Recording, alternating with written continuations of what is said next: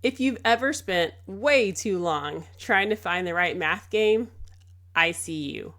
I'm Shamitria, the Rowdy math teacher, and in this video, I'll show you how I use ChatGPT to create custom games for my classroom in just a few minutes. Let's dive in.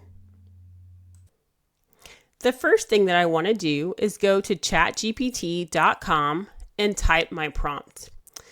You can get a free ChatGPT account that allows you to do everything I'm going to show you here today. All right, for my prompt, I'm going to copy and paste it from a Google Doc. I like typing my prompt into a Google Doc for two reasons. The first reason is that it gives me an opportunity to get all of my thoughts out on paper and to order it exactly how I want ChatGPT to read it. The second thing that it does is it saves my work. I'm going to go ahead and paste it now. All right, now let's talk about the anatomy of this prompt. I always like to start with who I am and where I'm from. That gives ChatGPT a point of reference. It will also then start thinking about what type of standards that we use in this area. I go ahead and follow that with the specific standard that I want to build a game for. The more information I can give ChatGPT, the more specifics, the better my response is going to be. After that, I talk about the type of game that I'm creating. So ChatGPT, again, has a reference for what I'm trying to do. So here I've said I'm a fifth grade teacher in Texas. I'm creating a game for the rounding standard, rounding decimals to tenths or hundredths. I've said that I'm creating a cover-up style game where students roll 2 dice. They complete the task that matches the sum of the dice and then find the answer in a grid at the bottom of the page. Then finally, I talk about what I want ChatGPT to respond with. So I've said, please generate 25 numbers. And then I talk about what students are going to do. They're going to round the numbers to either the tenths place or the hundredths place, their choice. And then I've asked ChatGPT to make sure that the numbers all have 3 decimal places. And I gave an example. And then I asked for the answers. That's really important.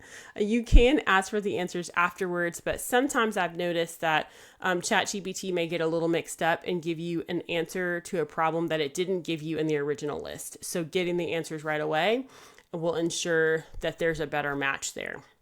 And then finally, I give any other details that I need to give ChatGPT to get the best results.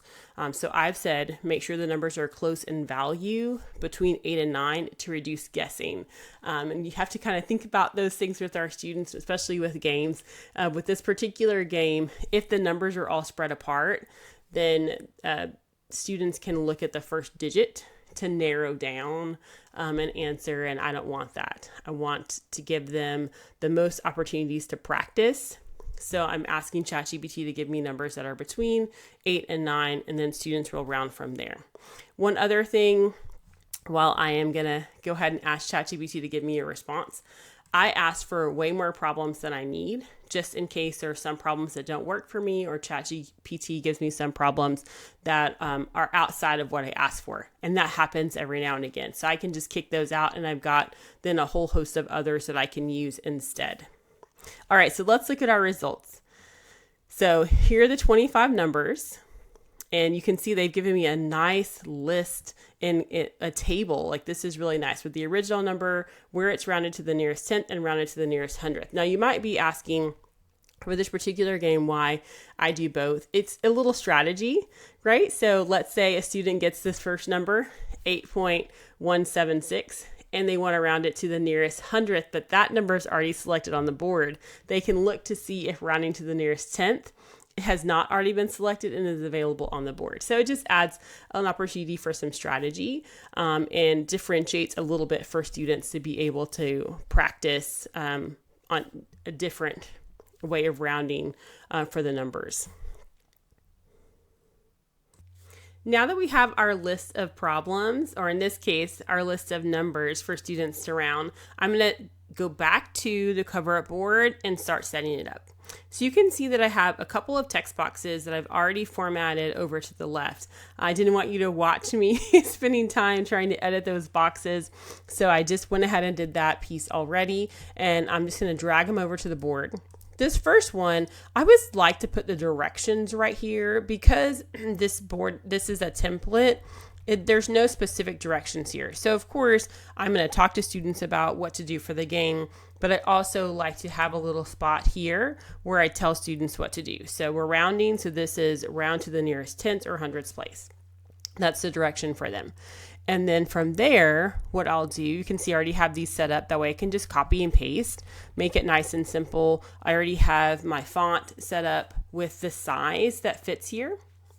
And I'm ready to start inputting my numbers and then the rounded ones. So the first one is that 8.176 that we looked at earlier. Now I like to go ahead and add the answers to the grid at the bottom. Number one, so I can make sure that I get them all down at the bottom and I don't forget anything, but also so that I can be strategic about the placement. Now, I mentioned earlier I have more problems or more numbers than what I need. I need 11 numbers, but I have space for 16 answers. So that gives me an opportunity to put the tens place rounding and the hundreds place rounding for several of the numbers. So I'll do that with the first one. Oops, let me go back. So this one is going to be 8.2, and I'm going to center that. All right. Also make it a little bit larger to fill the space. Okay, then I'll copy and paste that same text box and I'll put it down in this corner. And so now rounding to the hundredths place is 8.18. And I'm also going to spot check these answers as I go, just to be sure that everything is correct. The next one is 8.843. And you can put them in order. You don't have to skip around up here, but I'm just going to go ahead and skip around just to make sure that if ChatGPT gave me the numbers in any specific order, that order doesn't repeat on the actual game. So 8.843 is the next one.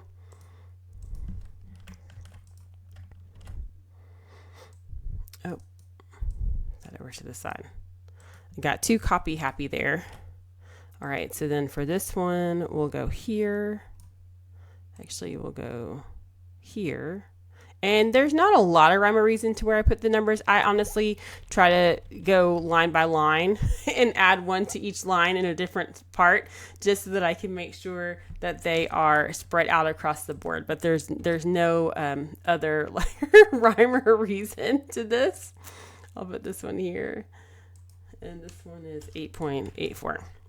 So at this point, you can kind of see what I'm doing. I'm just copying and pasting the numbers in the top section and then putting the rounded answers in the bottom section. So you don't have to sit and watch me go through all of that. I want to be respectful of your time, but I will be back in just a moment with the completed version. And that's it. Here's the finished game, completed in just about 10 to 15 minutes time. I did make a couple of changes that I wanted to point out. The first change is I changed the font at the top. That font was way too busy. I tend to get font happy, and so that font was not the best visual look for the game. So I changed it to a simpler font. And then I noticed that ChatGPT did not give me any numbers that were between 8 and 8.1. So I added a number that would help students practice rounding numbers that are near those kind of endpoints. So I added the 8.009, and that's one thing you'll want to make sure you just kind of check over the list and be sure that you've kind of covered all of the bases. You can go in and ask ChatGPT to give you a few more examples with lower numbers, or be specific, looking for numbers that are less than 8.1, or in this case, I just went ahead and created it myself. But here's the completed game. This is a game I can now print and use all year long. And I also have a prompt that I can reuse for this game or for another skill. Thanks for joining me.